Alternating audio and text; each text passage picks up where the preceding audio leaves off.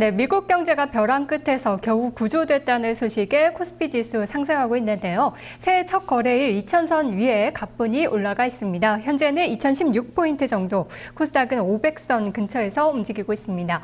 외국인 3거래일 만에 매수 전환이고 기관도 동시에 매수하고 있는데요. 이때 투자클럽 전문가 8위는 어떠한 투자 전략 제시하고 있는지 확인해 보도록 하겠습니다. 여인수 전문가입니다. 연초 2030포인트 전후 목표로 잡고 있고요. 경기 산업재 분할 매도를 권하고 있습니다. 서정훈 전문가 추세 돌파 신호다 상승 기대감으로 전략 세우고 있고요. 한교수 전문가 재정절벽 8부 능선을 넘었다며 대세 상승 가능성을 더욱더 높게 보고 있습니다. 김형용 전문가 증권주 랠리 지속될 것이다 추세 상승의 청신호로 보고 있습니다. 강재현 전문가 미국 소비 수혜와 세계 경기 회복 수혜주를 공략하자. 김대국 전문가 중장기 상승 추세다. 확장 국면으로 1차는 2020포인트, 2차로는 2045포인트까지 봤습니다. 금산 전문가는 2000포인트 안착 시도라며 경기 민감주 저점 매수 유지하고 있습니다. 유성시 전문가 재정절벽 이슈 해소됐다. 유동성 장세 지속.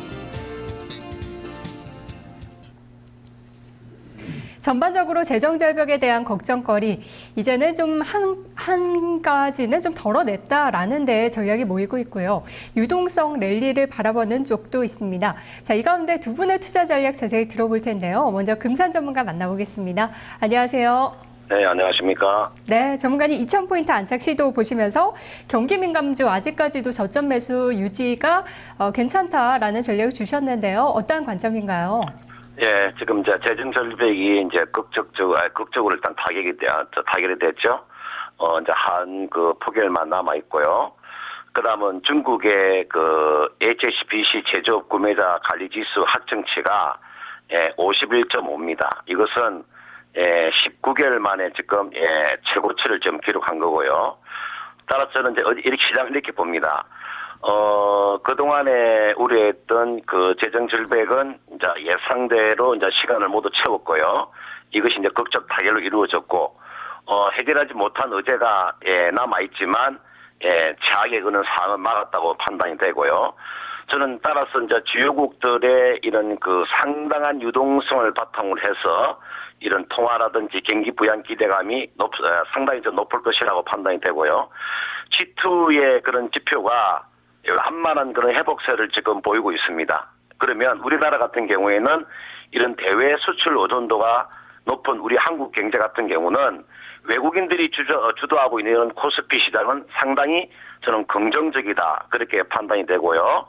1월 효과는 저는 이렇게 봅니다. 아마 연초 반짝 이후에 저는 1월 달에 큰 폭의 상승은 좀 힘들다고 봅니다. 왜 그러냐면 1월 달에 저는 한번 반등 이후에는 상승폭이 크지 않는 이유는 코스피 지수를 잘 보시면 1856포인트에서 현재 지금 2016포인트입니다. 단기적으로 얼마가 올랐냐면요. 코스피 지수가 자그만치 160포인트가 올랐습니다. 그래서 저는 어떻게 보냐면 1월달 연초 반짝장 이후에는 그 상승폭 그렇게 크지 않을 것이다. 그러나 장기적인 그런 추세상으로 봤을 때 수렴을 거치면 이런 대세 상승을 위한 정배열 구간으로 진입할 것이다. 그렇기 때문에 지금 자리에서는 경기 민감주를 중심으로 해서 바이 앤 홀드를 제가 제시하도록 하겠습니다. 네, 경기 민감주들 매수가 가능하다면 어떤 종목들 담는 게 좋을까요? 지금 지수가 저는 이제 1월 달에는 지금 우리가 주봉으로 놓고 보면 코스피가 아직까지 정배열을 완전히 갖추지 못하고 있거든요. 그런 측면에서 지금 시장에서 잘 보시면 오늘도 지금 정권주들이 움직임이 굉장히 강하거든요. 우리 투자증권이 5%, 삼성증권이 거의 5% 가까이, 대우증권도 마찬가지죠. 그러면 현재 정권주가 가격대가 어느 위치에 와 있냐면 물론 유상증자를 했지만 2005년도 가격에 와 있거든요. 정권주들이. 그래서 정권주를 한번 관심을 가지고 보시면 되겠고 그다음 중국 증시를 보시면 최근에 중국 증시가 굉장히 강한 모습이 나와주고 있습니다. 그러면 당연히 중국에서 최대 수혜를 받을 수 있는 게 하급종들이거든요. 호남석유 같은 종목군들, SK이노베이션 같은 종목군들, 금호석유 같은 종목군들, 정권주와 이 하학주들을 한번 보시고요. 그 다음은 저는 이 주식이라는 자체는 이 증권 시장은 역사는 계속 반복이 됩니다.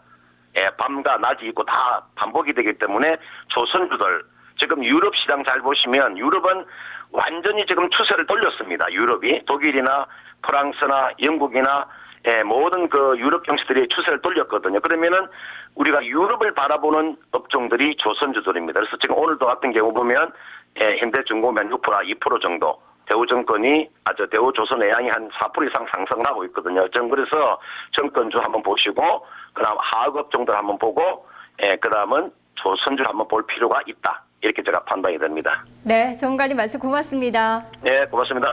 네, 크게 두 가지 포인트를 보고 있네요. 일단 미국은 하원 표결도 좀 무난할 것이다. 그리고 중국에서는 경제 지표가 개선되고 있다는 소식들 들려오고 있는데요. 이러한 G2 국가의 경기 회복세는 결국 우리나라에도 상승 요인이 될 것이다. 그리고 업종별로는 증권이나 화학, 조선 섹터를 보고 있습니다. 오늘 삼성이나 대우증권이 4% 정도 오르고 있고요. 하나케미칼도 4% 정도의 상승으로 강세 흐름이 연출되고 있다는 점도 함께 확인해 보시기 바랍니다. 다음으로 여인수 전문가를 연결해 보도록 하겠습니다. 전문가님 안녕하세요. 예, 안녕하십니까. 새해 복 많이 받으십시오. 네, 새해 복 많이 받으십시오. 연초 2030포인트 전후를 목표로 잡으셨네요. 그리고 경기와 산업재는 분할 매도를 권하셨는데 앞서 이야기를 들은 금산 전문가 또 다른 관점이신 건지 좀 자세히 이야기를 들어봐야겠어요. 예, 지난주 제가 이야기했던 것을 정리하면서 오늘 전략까지 좀 말씀드리고 싶은데요. 자, 일단은 상승하는 이유는 여러분 잘 아실 겁니다. 네, 미국의 불확실성 큰 게 하나 해소됐다는 거고, 우리가 지난 동안에 31일 개장한 중국이죠. 우리 실물 경기에 결정적 영향을 주는 중국 시장이 지금 강한 빛으로 달리고 있습니다. 2250도 넘어와 버렸죠.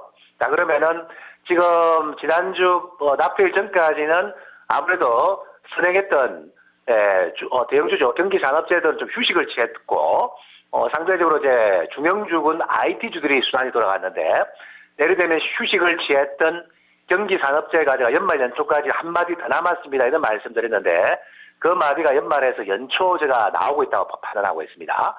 여기서 그냥 계속 고를 부르고 싶습니다만은, 다음 주 만기가 있죠. 만기가 있는데 잔고가 지금 한 11조 7천억에 달하고 있습니다. 사상 최고치죠.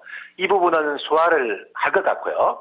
네, 그리고 통상적으로 우리가 100% 확률은 없습니다. 주식시장에.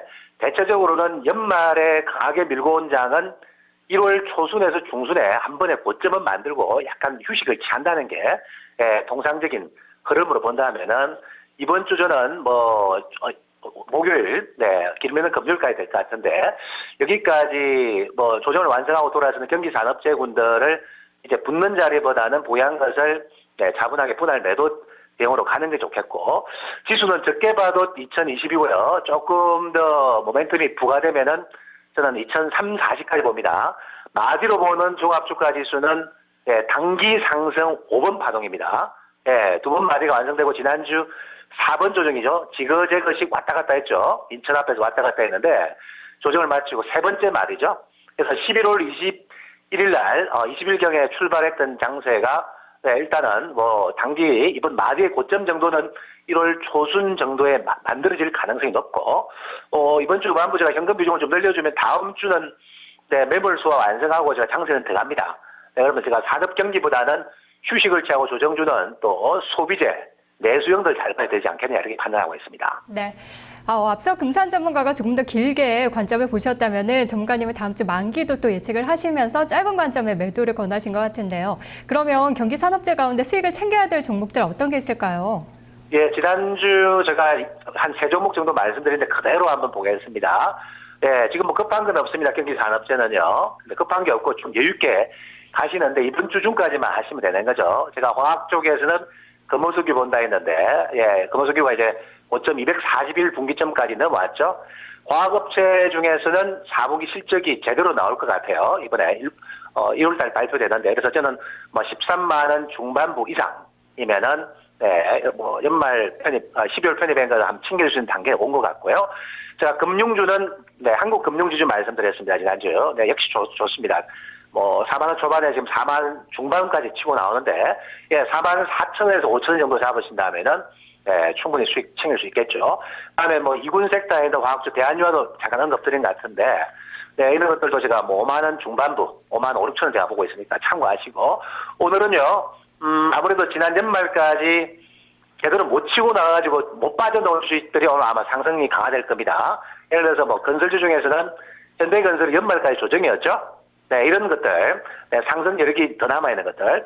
지난, 금주일 라페일 날 치고 나온 놈들은 네, 오늘 내일 보는데, 금요일까지 조정받았던 섹터군들은 제가 오늘부터 네, 목금 정도까지는 여유가 있다는 거. 네. 네, 조금마다 조금 사이클 참고하시고, 뭐 중기를 본다면 제가 올해 시장을 상당히 좋게 보고 있습니다. 네. 네, 좋게 보고 있는데, 일단 이번 주 다음 주 만기 앞둔 전략을 한번 제시해 준다면은, 네, 이번 주는 경기산업재 한번 마디 고점 나올 수 있는 자리이기 때문에 한번 분할해서 차분히 잘 챙기는 전략이 우세하지 않겠느냐 이렇게 제가 표현드리겠습니다. 네, 전문가님 말씀 고맙습니다.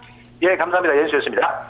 네, 단기적인 경기 민감주들의 고점을 보고 있는데요. 금호석유나 한국금융지주 그리고 대한유화 수익 챙기자라는 전략 제시해 주셨네요. 투자 전략 나우였습니다.